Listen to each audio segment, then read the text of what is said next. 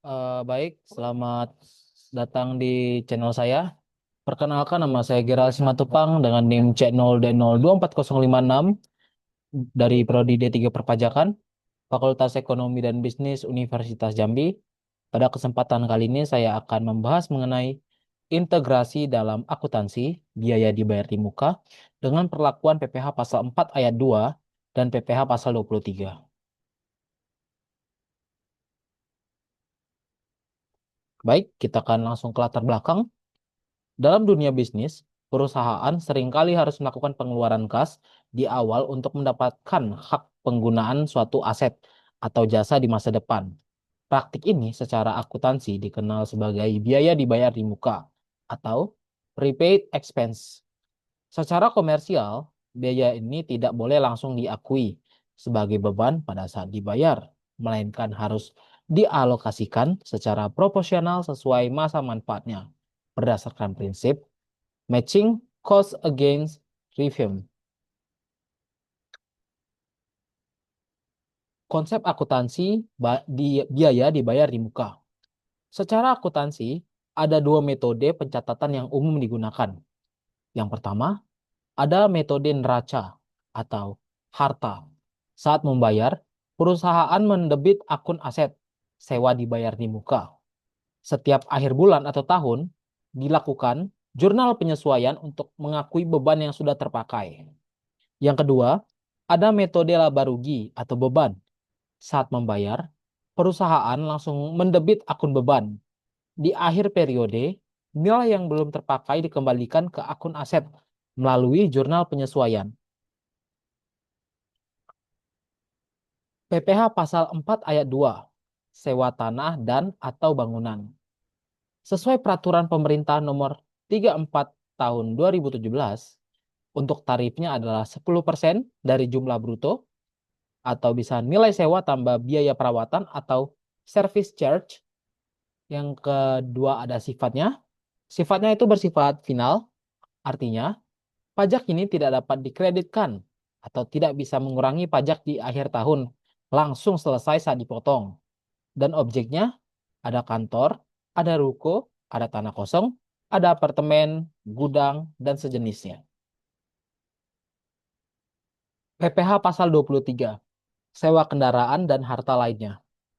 Sesuai Undang-Undang PPh dan PMK terkait, yang pertama, untuk tarifnya adalah 2% dari jumlah bruto bagi yang ber-NPWP. Jika tidak punya NPWP, tarifnya menjadi 4%. Yang kedua, sifat tidak final. Artinya, bukti potong pajak ini adalah tabungan bagi pihak yang menyewakan dan dapat dikreditkan untuk mengurangi pajak terutang di akhir tahun. Yang ketiga, objeknya bisa mobil box, bus antar jemput, mesin fotokopi, alat berat, dan peralatan kantor. Baik, di sini saya akan langsung ke contoh soal. Kasus pertama, sewa kantor. Itu termasuk dalam PPh pasal 4 ayat 2. Pada 1 Januari 2026, PT Sejahtera membayar sewa gedung untuk 2 tahun senilai 240 juta rupiah. Dalam kurung tidak termasuk PPN, tutup kurung. Untuk penjelasannya, PPh pasal 4 ayat 2-nya dikenakan tarif 10%. Jadi, 10% itu dikalikan 240 juta rupiah dan dapatlah hasilnya 24 juta rupiah. Untuk jurnalnya sendiri, itu ada sewa dibayar di muka dengan besaran 240 juta rupiah, itu ditaruh di debit. Utang PPh pasal 4 ayat 2 itu 24 juta rupiah, itu dikredit. Dan kas atau bank itu 216 juta rupiah, itu dikas, dikredit. Untuk jurnal penyesuaiannya sampai 31 Desember 2026 itu dalam kurung pengakuan beban 12 bulan. 12/24 karena di situ dia ambil 2 tahun. Jadi 12/24 dikali 240 juta rupiah sama dengan hasilnya 120 juta rupiah. Dengan jurnalnya beban sewa 120 juta rupiah itu di debit, sewa dibayar di muka 120 juta rupiah itu di kredit. Baik, di sini ada kasus yang kedua, sewa kendaraan. Itu termasuk di PPh pasal 23. Pada 1 Februari 2026, PT Sejahtera menyewa truk angkut dari CV Trans atau dia memiliki NPWP selama 1 tahun seharga 60 juta rupiah. Untuk penjelasannya, kita langsung saja mengambil dari PPh pasal 23 dengan tarif 2% karena dia memiliki NPWP.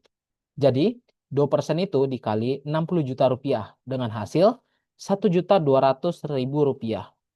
Untuk jurnal saat pembayarannya, itu sewa dibayar di muka dengan besaran 60 juta itu di debit, utang PPh pasal 23-nya 1.200.000 rupiah itu di kredit, dan kas atau bank itu 58.800.000 rupiah itu di kredit.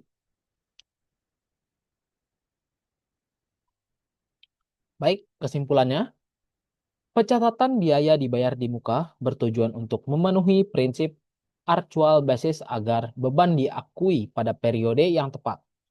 Perbedaan paling mencolok antara sewa bangunan atau PPh pasal 4 ayat 2 dan sewa kendaraan itu PPh pasal 23 terletak pada tarif adalah 10% banding 2% dan sifat pajaknya itu final dan tidak final.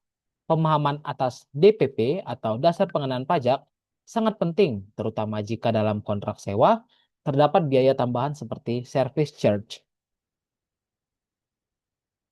Baik, segitu dulu materi yang dapat saya sampaikan pada video kali ini.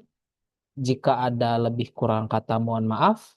Sekian dari saya. Terima kasih.